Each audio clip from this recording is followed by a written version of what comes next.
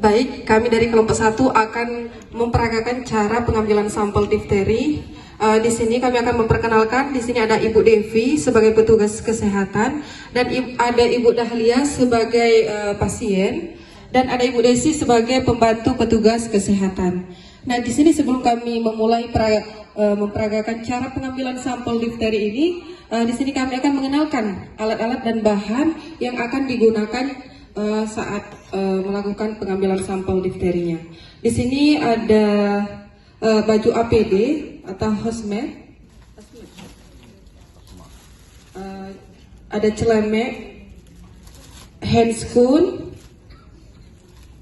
masker, ada spesimen karir. Di dalam spesimen karirnya ada kolpek, ada spidol, ada isolasi atau solatif, ada plaster, ada parafilm, ada gunting, ada tong spatel, ada medianis atau alat swab, ada kotak primer, ada plastik klip besar atau kecil, ada kertas label untuk identitas pasien, ada foam difteri, ada plastik buat membungkus foam, ada tisu, dan ada label penunjuk, maksudnya tanda panah di samping spesimen karirnya. Nah, di sini sebelum ini kami akan langsung pemakaian APD-nya. Sebelum melakukan pemakaian APD, di sini terlebih dahulu petugasnya cuci tangan. Ya, tolong dilihat Bu ya, cuci tangannya. Sebenarnya ada 7 langkah ya cuci tangannya. Sekarang 6 ya, 6 ya. Oh iya, dibolak-balik jadi 7.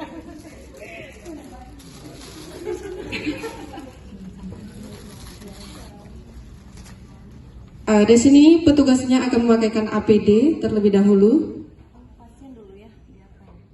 Pakai APD dulu. APD dulu Ibu.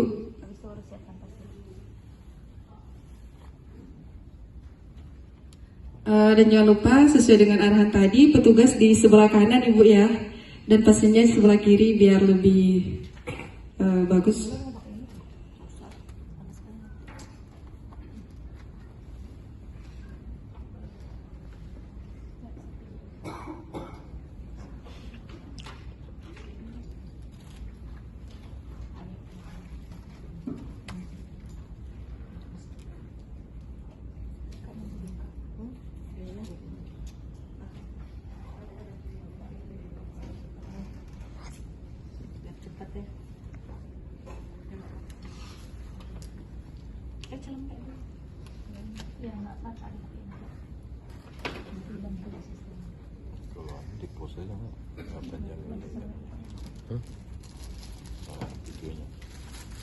Ya, usah.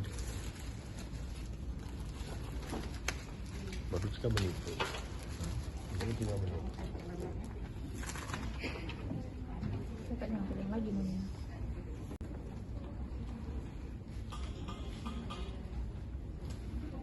Nah, selesai petugas memakai APD yang lengkap. Nah, untuk kita mempersiapkan pasien dengan posisi mendongak atau kepala sedikit diangkat ke atas ya. Ibu, ini kita pemeriksaan hari ini. Nanti mungkin kita akan membuka rongga mulutnya. Minta izin, saya minta maaf ya Bu ya. Ya, petugasnya menggunakan bahasa sedikit baik. Pak dulu ini kita pasang apa dulu label biar nggak berbalik-balik nanti ya.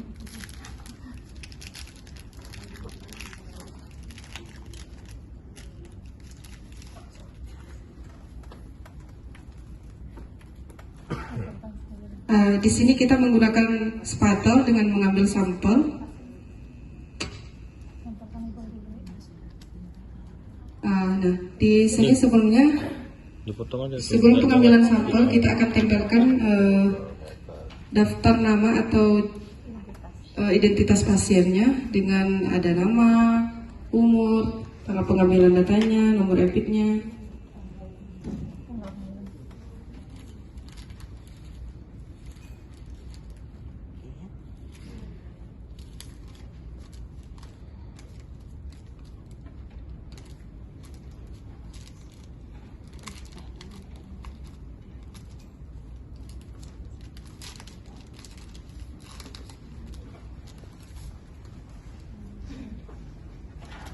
Kita jelaskan dulu pada pasiennya, ibu-ibu, karena kita melaksanakannya dengan memakai spatula, Bu ya.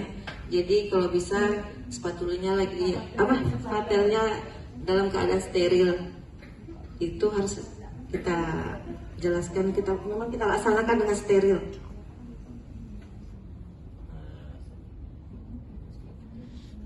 Oke, Bu, silakan diangkat mulutnya, julurkan lidahnya ke depan. Oke, kita tekan Bu ya. Maaf Bu ya, ini nggak bisa kita laksanakan karena lantaran ini kan alat kita tidak dengan posisi dengan spatula di lidah pasien, jadi kita melaksanakannya.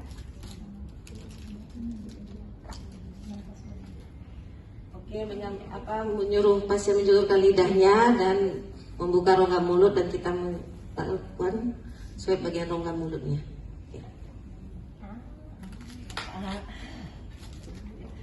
Dari memori ya Bu ya.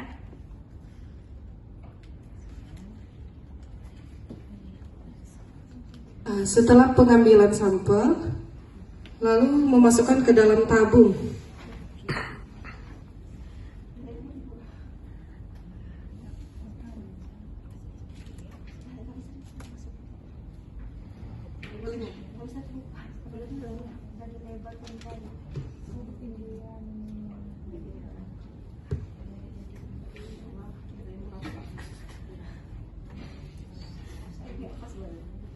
Gemetar ibunya. Padahal baru praktek sebelum aslinya. Lagi gak enak badan Bu. Bukan pasiennya lagi yang trauma. Lagi gemetar, lagi gak enak badan.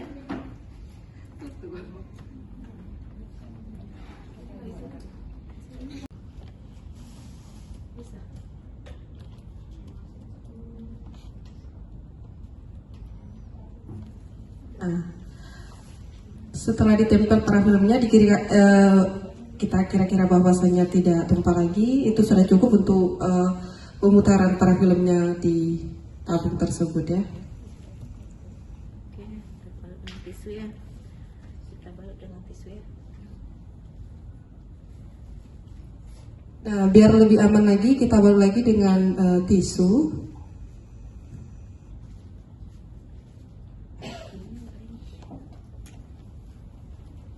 Lalu dilakban ya.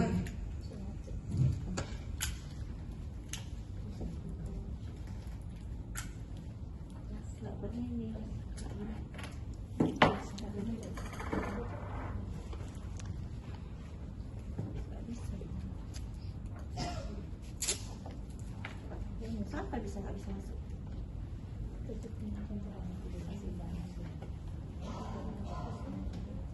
Ya. Atas dulu biar nggak bisa.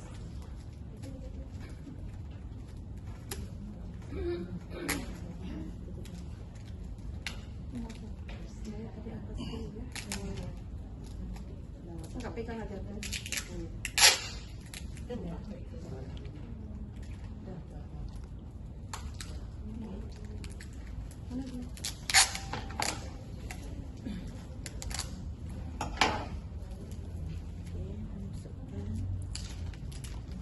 Pasien duduk.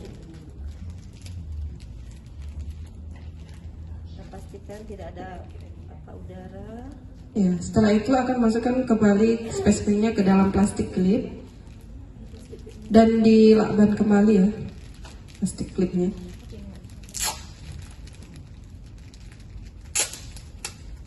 Agar spesimennya terjaga, tabungnya pun nggak pecah apabila nanti terjadi benturan ya.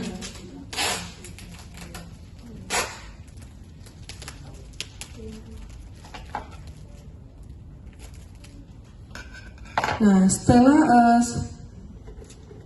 Kita masukkan ke botol. kotak primer, ada rongga yang kosong tertutup.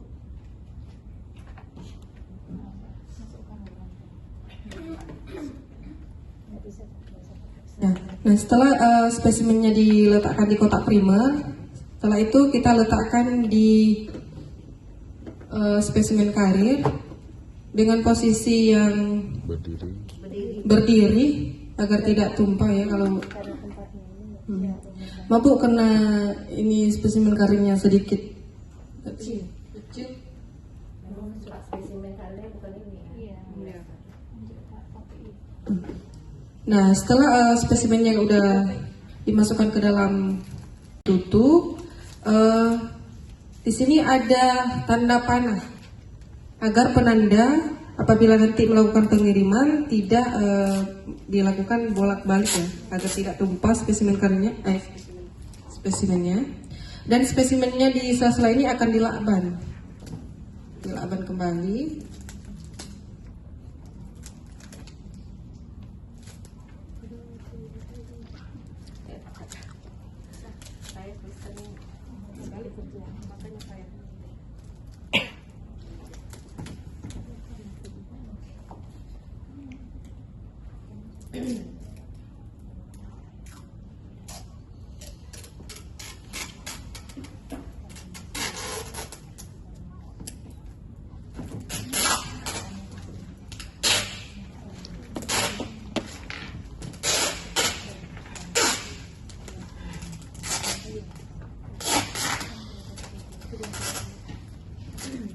Nah, di sini bukan, jika tidak segera dikirim sampel, bisa disimpan di suhu 2-8 derajat Celcius, paling lama dikirim selama 48 jam.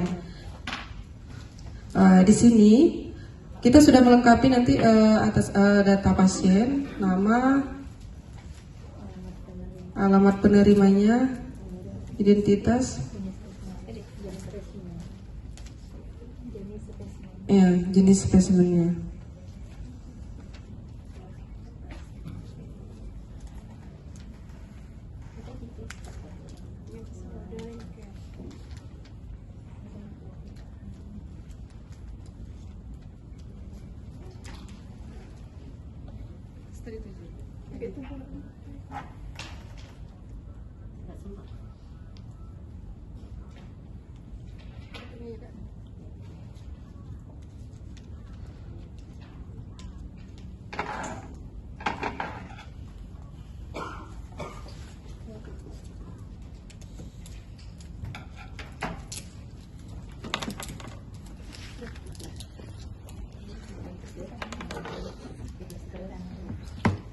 Oke Bapak Ibu, di sini spesimennya sudah aman di dalam spesimen karirnya.